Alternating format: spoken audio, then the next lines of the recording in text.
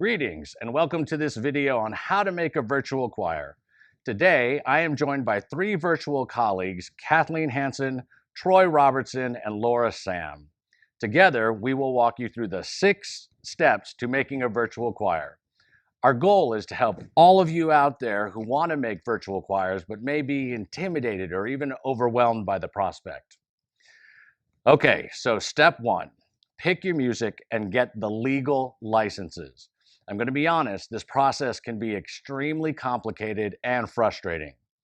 Fortunately for you, tomorrow's workshop will be devoted in its entirety to how we can respect the intellectual property of our great composers and arrangers.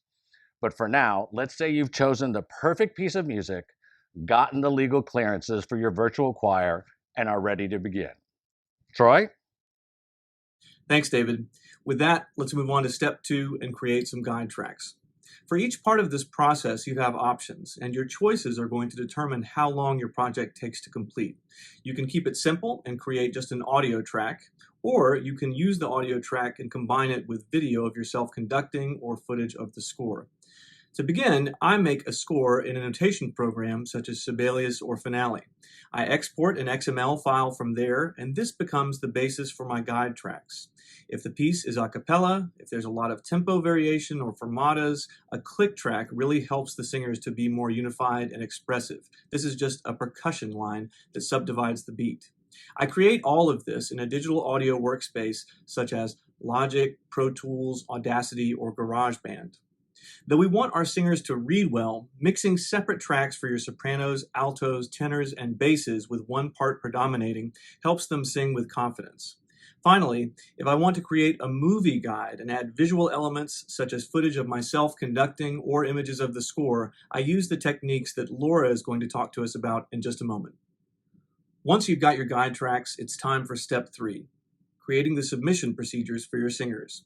You'll need a cloud storage option for this since video files are so large. I use Google Drive. Just like us, our singers are getting used to something new. For this reason, I encourage you to make it as easy as possible in your first project. I create a one-page document that includes a materials list, some helpful reminders for recording, a hyperlink that leads to their voice part guide, and a hyperlink that leads to a Google form. For materials, they need either a laptop to listen and record or a phone and second screen. They'll also need some headphones, wired or Bluetooth, it doesn't matter which. I encourage all my singers to record on their smartphones as this keeps things fairly standardized and simple. As for recording, I like to have my singers record in portrait mode so that their face fills most of the screen, and in selfie mode so that they can see whether or not they're in frame. I also encourage them to turn off the AC to reduce noise, consider what's in the background, think about what they're going to wear, and to be expressive in their face. When it comes time to submit the recording, a Google form is handy because it prompts singers to submit a file instead of requiring them to figure out that process on their own. It can be confusing. Once they've submitted their video, it's time to start editing, which means it's Kathleen's turn. Thanks, Troy. The next part of the process is to edit the audio. Just like when you're rehearsing a choir, we want a final product that is synchronized, well-balanced, and resonant. There are plenty of different programs that we can use for audio editing. Some are quite simple, and some take a little bit more work to learn to use, but have broader capability for an even more professional sound. Please check out my linked Google document. There I give an overview about many of the different audio and video programs that are available for this kind of work. I'm working in Logic Pro, but most of the editing programs have a very similar layout. After I've downloaded the singer's recordings, I just drag and drop them into my project. Once you have those imported, you can just drag them right or left until they sync up. A quick tip, I will pan the guide track to the left and the track I'm working on to the right to make this easier. After they're synchronized, I'll do a rough volume adjustment on each track to get a baseline balance. Then I edit out any stray noises or loud breaths. Finally, since most of our singers will be recording on their phones, we want to sweeten up the sound a little by adding a little bit of EQ and reverb to make it sound more like it would live or in a studio. Thanks, Kathleen. A virtual choir project can be as simple as a photo collage, a classic grid layout, or as complex and creative as your time, software, computing power, and imagination will allow. I'm editing in Final Cut Pro, but there are many options from freeware to the most powerful tools that Hollywood filmmakers use.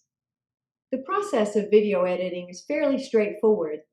It may look complicated when you see my time-lapse editing, but it truly is just a series of steps that you can follow to get your project accomplished. To get started, you'll need to import all of your clips. This will include your mixed audio, your video submissions from singers, any B-roll you want to use, and any still images you'll want to add to your project. After you've synced your video clips to your audio mix, you'll want to use your transform, crop, color correction tools to get everything looking just right. At this point, you'll also want to think about adding titles and generators to just dress your project up a bit. The sky's the limit here, but you can create something really beautiful in under an hour once you've learned how to use your software tools. After that, it's just a matter of where your creativity will take you. It's also a perfect time to collaborate with everyone involved in the project. So now that you've made your video, where can you show it? Well, when you apply for your licensing, you should have a clear idea of where, when, and how you will show your video.